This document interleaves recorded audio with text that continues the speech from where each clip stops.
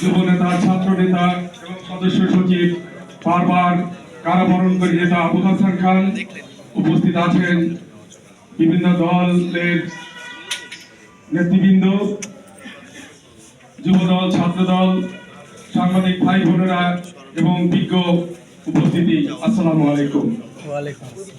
আমি অত্যন্ত গর্ববোধ করছি যে আমার জেলা পিরোজপুর, সেই পিরোজপুরের নামেই দৈনিক আমার পিরোজপুর নামে একটি পত্রিকা প্রকাশিত হতে যাচ্ছে।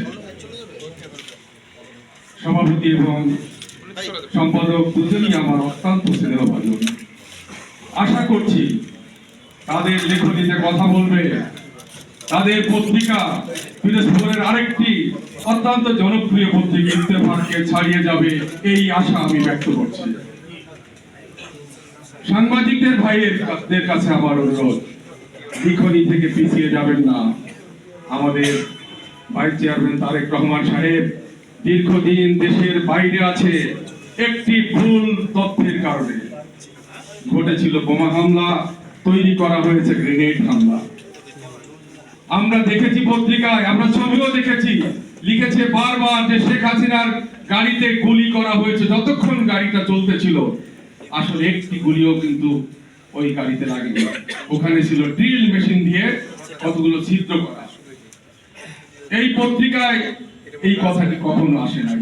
যখন এই মার্সেডিজ ব্যান্ড তারা দেখলো যে এই তথ্যটি ঠিক নয়, অন্য যখন এটি তদন্তের জন্য বাংলাদেশে আসতে চাইল, আনফরচুনেটলি রাতের অন্ধকারে এই গাড়িটিকে পড়িয়ে দেওয়া হয়েছিল। এই তথ্য কিন্তু বাংলাদেশের সাংবাদিকরা জানে কিনা। প্রিয় ভাইয়েরা, সবাই সাগর রুনি হত্যার কথা বলেছে।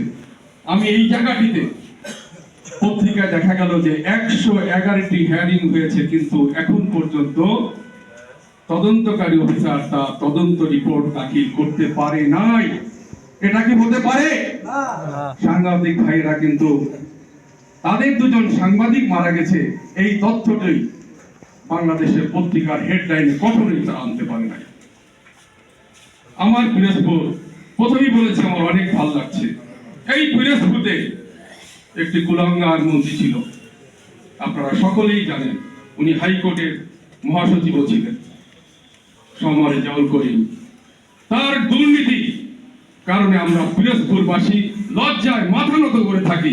একটি রাস্তাঘাট, কালভার্ট, একটি রাস্তা হয়নি। রাস্তার উপরে কালো পলিথিন ব্যাগ বসিয়ে দিয়ে ছবি তুলে বিল পর্যন্ত নিয়ে গেছে। যাই হোক, আজকে ভাল লাগছে আমার পিরোজপুর পত্রিকার প্রথমেই তার হলিউডের গল্পটি তুলে ধরেছে, এজন্য আমার বেশ ভালো লাগছে। আরো ভালো লাগবে যদি দেখতে পাই এই মন্ত্রী এবং তার পরিবারের দুর্নীতির কথাটা পর্যায়ক্রমে এই পত্রিকা বের করে নিয়ে আসতে পারে, তাহলে আরো ভালো লাগবে। যাই হোক, কথা সংক্ষিপ্ত করার কথা বলা হয়েছে।